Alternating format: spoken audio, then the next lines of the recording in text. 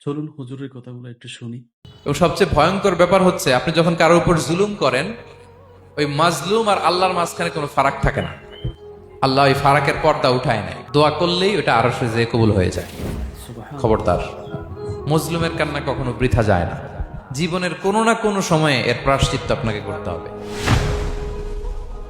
জীবনের কোনো না কোনো সময়ে এর প্রায়শ্চিত্ত করে আপনাকে মরতে হবে। বদদোয়া করছে ডাইরেক্ট কবুল। খবরদার আমার পেনাঙ্গের ভাইয়েরা, আমরা যেন জালিম না হই।